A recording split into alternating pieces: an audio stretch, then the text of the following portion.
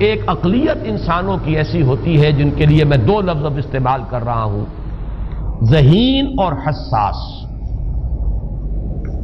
ذہین اور حساس لوگوں میں قبض اور بسط کی کیفیت، یہ مختلف سائیکلز ہیں جو آتی رہتی ہیں۔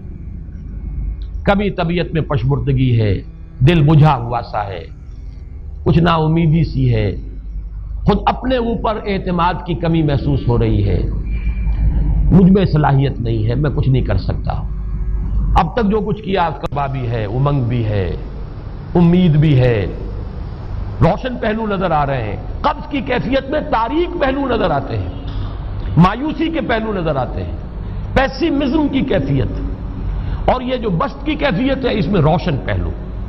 دیکھو یہ بھی تو ہے نا، آخر یہ بھی تو ہوا ہے اور بھی ہو سکتا ہے، آخر اب تک میں نے یہ کام بھی تو کر لیا، آگے بھی مشکل آسان ہو سکتی ہے۔ یہ دو کیفیات ہیں قبض اور بسط کی، جن کو کہ صوفیاء کرام نے یہ اصطلاحات، یہ عنوان دیے، قبض اور بسط۔ جتنی انسان کے اندر حساسیت کی کیفیت زیادہ ہوگی، ذہانت زیادہ ہوگی، اتنا ہی یہ جو ویوز ہیں اس کی ایمپلیٹیوڈ زیادہ ہوتی ہے۔ کم ذہین انسان ہے، کم حساس ہے، آئیں گے تو صحیح ہے، لیکن یہ کہ وہ ویو جو ہے اس کا ایمپلیٹیوڈ جو ہے اس کے اندر اوپر اور نیچے کی کیفیت زیادہ نہیں ہوگی۔ لیکن جتنا یہ معاملہ بڑھتا ہے یہ جو ویو ہے اس کی ایمپلیٹیوڈ بڑھتا چلا جاتا ہے۔ لیکن نارمل انسان کا معاملہ یہ ہے کہ یہ حدود کے اندر رہے، اسی کی ایک کیفیت جو ہے ایب نارمل جب ہو جاتا ہے، یہی ہے جو جدید ہماری جو سائیکولوجیکل میڈیسن ہے اس میں اسے مینیکس ڈپریسو سائیکوسس کہا جاتا ہے۔ مایوسی ہوئی تو اتنی ہوئی کہ جیسے کمر ٹوٹ کر رہ گئی، اور اسی ڈپریشن میں ہوتی ہیں خودکشیاں، خودکشی کر جاتا ہے ڈپریشن۔ کچھ روشن پہلو نظر ہی نہیں آ رہا، کوئی امید کا پہلو نظر ہی نہیں آ رہا، کوئی صورت نظر نہیں آتی، کوئی امید بر نہیں آتی، کس طرف جاؤں، کدھر دیکھوں، کسے آواز دوں، اے ہجوم نامرادی دل بہت گھبرائے ہے۔ اور جب آدمی محسوس کرتا I can't face these realities، یہ commits suicide۔ یہ اور جب کیفیت ہوتی ہے انشراح کی تو آدمی خوب بھاگ رہا ہے، دوڑ رہا ہے، امنگ ہے، محنت ہے، دوڑ رہا ہے، امیدیں ہیں، اب ہر چیز کا روشن پہلو نظر آ رہا ہے۔ عجیب ہے یہ، اصل میں مجھے کچھ تجربہ بھی ہوا ہے، ہمارے خاندان میں بھی یہ مرض موجود رہا۔ میرے والد مرحوم کافی طویل عرصے اس مینیک ڈپریسو سائیکوسس کے مریض رہے۔ کچھ ہوتا ہے یہ معاملہ، ویسے بھی شاید ہمارا خاندان جو ہے اس کیٹیگری میں آتا ہے جس میں ذہانت نسبتاً کچھ زیادہ ہے، حساسیت بھی نسبتاً کچھ زیادہ ہے۔ یہ دوسری بات ہے کہ کوئی شخص جو ہے یہ فلسفے کے طور پر اختیار کر لے کہ اپنے آپ کو ڈھیٹ بنا لینا ہے، یہ فلسفہ بھی بن سکتا ہے، لیکن یہ ہے کہ اگر آدمی چھوڑ دے اپنی طبیعت کو تو یہ دونوں کیفیات آتی ہیں۔ انہی کیفیات میں اگر یہ جو اپورڈ اینڈ ڈاؤنورڈ موومنٹ ہے یہ ایک حد سے نکل جائے تو یہ بیماری ہے مینیک سائیکوسس، مینیک ڈپریسو سائیکوسس۔ اس میں جب آدمی ہوتا ہے وہ اپر کیفیت میں تو اس کے اندر بڑی عظیمت ہے، روشنی ہے، امید ہے، لوگوں سے گفتگو کر رہا ہے، حق بول رہا ہے، خوب جو ہے محفل کے اندر، اب وہ محفل میں اسے دلچسپی محسوس ہو رہی ہے اور اسے ہر چیز کا روشن پہلو نظر آ رہا ہے، خود اپنے وجود کا بھی روشن پہلو، دوسروں کے وجود کا بھی، دوسروں کی بات میں سے بھی وہ اچھا پہلو تلاش کریں گے، وہ برا پہلو تلاش نہیں کریں گے۔ جب دوسری کیفیت ہے ڈپریشن کی، ہر ایک کی بات میں کوئی برائی نظر آئے گی، کوئی اس کی نیت کا فطور ہے، کوئی فساد ہے، کوئی یہ جو ہے بدنیتی کے ساتھ یہ بات کر رہا ہے، کوئی خیر کہیں ہے ہی نہیں، برائی ہی برائی ہے، مایوسی ہی مایوسی ہے، بدلی ہی بدلی۔ یہ ہے در حقیقت وہ کیفیت، اس کو غالب نے بہترین انداز میں تعبیر کیا ہے۔ ذہین اور حساس انسانوں میں ان کی جو ترقی ہے وہ انہی مراحل سے ہو کر گزرتی ہے، اور ہر ڈپریشن کے بعد، ڈپریشن میں اس سینس میں استعمال نہیں کر رہا یعنی بیماری کی حد تک پہنچنے والی ڈپریشن نہیں، صرف قبض کی حد تک پہنچنے والا معاملہ۔ ہر قبض کے بعد جب بسط آتا ہے تو آگے ترقی ہوتی ہے، جس کو آپ کہتے ہیں بائی لیپس اینڈ باؤنڈس، آدمی جو ہے چھلانگ لگاتا ہے، گویا کہ ایک درجہ جو پہلے تھا اس سے آگے درجہ انسان کا جو ہے اس سے بلند تر پوزیشن پر انسان پہنچتا ہے.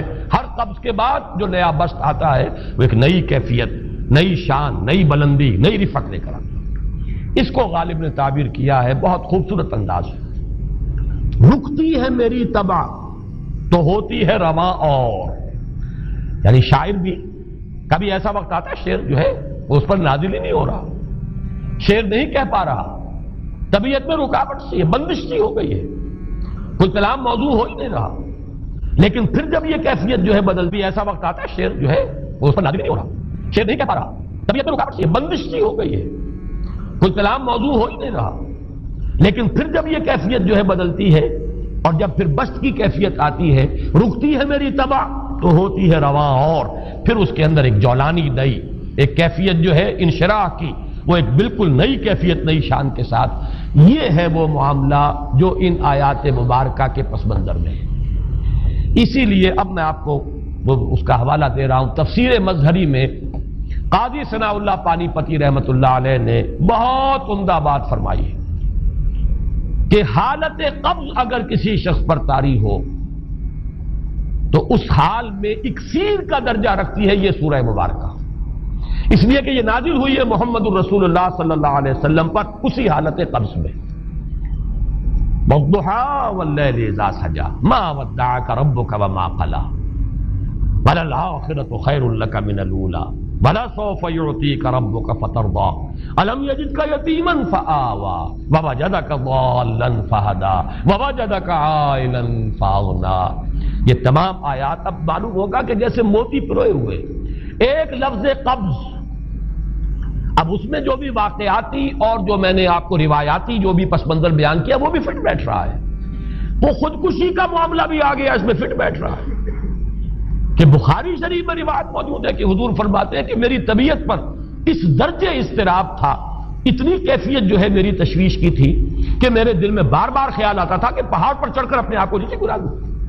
یہ سارے معاملات اب آپ کو محسوس ہوگا جیسے تمام کڑیاں جو ہے وہ جڑ گئی، جیسے رات کو اب آپ اٹھ نہیں پا رہے، اضمحلال ہے، اعصابی جو ہے اعصاب اس درجے متاثر ہو چکے ہیں. صرف یہ ایک احساسات کی کیفیت نہیں ہے، آپ کی قوت فعلی جو ہے، قوت عملی، وہ بھی اس درجے متاثر ہو چکی ہے کہ کئی راتیں گزر گئی اور آپ رات کو نہیں اٹھ سکے، جس پر کہ ام جمیل کو یہ کہنے کا موقع مل گیا کہ معلوم ہوتا ہے محمد تمہارا شیطان تمہیں چھوڑ گیا. اب یہ جملہ اپنی جگہ پر اس کی کاٹ ہے یقیناً، اس سے یضیق صدرک بما یقولون، لیکن وہ کیفیت جس کی وجہ سے یہ جملہ آیا ہے اس پر نگاہ دوڑائیے، اس پر نگاہ کو مرکوز کریں گے تو معلوم ہوگا ایک لفظ قبض، یہ قبض کی ایک کیفیت تھی. اس قبضی کی کیفیت کا ایک مظہر یہ ہے کیونکہ یہ بھی تو در حقیقت قلب مبارک جو ہے محمد الرسول اللہ صلی اللہ علیہ وسلم کا، اسی پر تو وحی کا نزول ہوتا تھا. یہ بھی وہی داخلی احساسات و کیفیات کا معاملہ ہے، یہی بھی در حقیقت یہ واردات قلبیہ ہی کا سارا معاملہ ہے.